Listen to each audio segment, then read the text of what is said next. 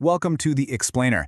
Today we're going to tackle one of those really exciting financial milestones. What on earth do you do with your very first £1,000 in savings? We are going to turn that feeling of uncertainty into a super clear, actionable plan. So let's get started and turn that £1,000 into the very foundation of your financial future. Look, we've all been there, right? You've worked so hard, you've scrimped and saved, and now you have this nice little lump sum sitting there. And the temptation, it's huge. You want to do something big, something fast. But honestly, chasing some hot stock tip you heard from a friend is probably the quickest way to turn that £1,000 into, well, a whole lot less than £1,000.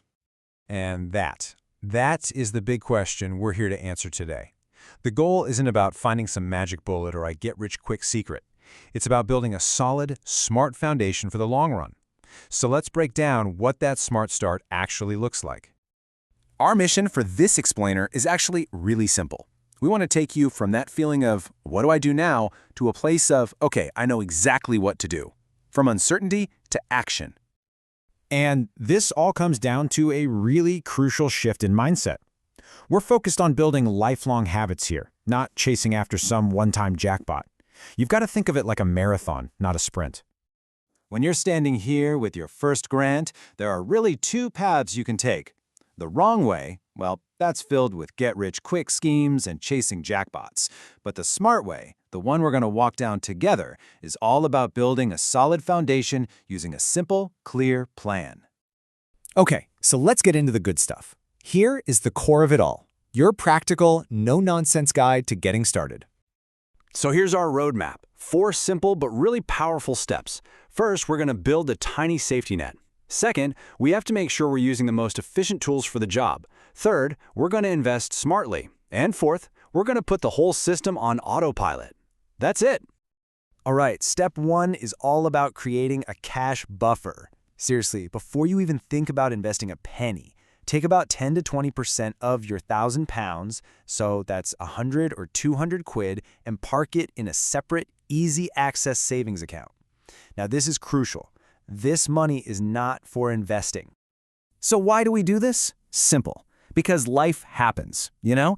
The car gets a flat tire. The boiler decides to pack it in. This little buffer stops you from having to sell your investments at a terrible time just to cover some small, unexpected bill. Think of it as your financial shock absorber. Okay, on to step 2. We're going to take the rest of that money, the £800 or £900 left over, and put it into the right kind of account. Now, in the UK, this is usually a stocks and shares ISA. And here's why that's so important. Using an account like this means your investment returns can grow completely tax-free. It's such a simple step, but believe me, it makes a huge difference over time. Right, step 3. So what do you actually buy with the money in that account? The answer, my friends, is diversification. And the absolute simplest way to do that is with a low-cost global index fund. Seriously, forget trying to pick the next superstar tech company. An index fund is like buying a tiny slice of the entire market, hundreds and hundreds of companies, all in one single transaction. And here's why this is just so powerful. Trying to pick one single winning stock, that's a high-risk gamble. It really is. If that one company fails, you could lose everything. But by owning an index fund, you spread your risk out so wide that if one or even a few companies don't do well, it won't sink your whole portfolio. It is the sensible default choice for a reason. And that brings us to our final and honestly game-changing step. Automation. Once you're all set up, the goal is to just add a little bit more each month. It does not have to be a huge amount. Even a figure like £50 a month is incredibly powerful because it helps you build the most important thing of all. And this is the crucial point I want you to take away.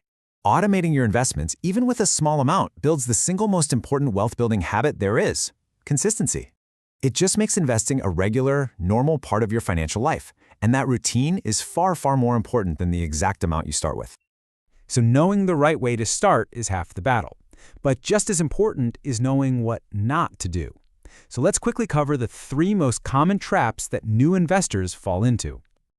Okay, we've talked about this, but it is worth repeating. Putting all your money into one hot stock is not investing. It's gambling, plain and simple. The stories you hear are always about the one rare winner. You never hear about the thousands of people who lose their money this way. Please, just avoid it at all costs. Now, the second trap is the complete opposite extreme, doing nothing at all. I get it, markets can look scary and fear can be paralyzing, but leaving your money sitting in a cash account just means it's slowly but surely losing its buying power to inflation. Taking a calculated, diversified risk is absolutely essential for long-term growth. And finally, trap number 3. This one's just an unforced error. Not using a tax-advantaged account like an ISA is basically like choosing to give away a chunk of your future profits to the taxman for no reason. It's such a simple mistake to avoid, but it's one that could cost you thousands of pounds over your investing lifetime. Phew, okay, we have covered a lot, so let's boil it all down into a nice, simple action checklist for you. Here it is. 1. Create that cash buffer for safety. 2. Put the rest into a tax-advantaged account to protect your growth. 3. Start with a diversified index fund, not a risky single stock pick. And 4. Automate your monthly contributions to build that all-important habit. That's it. That is the plan. So we'll leave you with this question to think about. Now that you have a clear plan, what's your next move? Because remember, the goal isn't just to have the money, it's to have a clear purpose for it.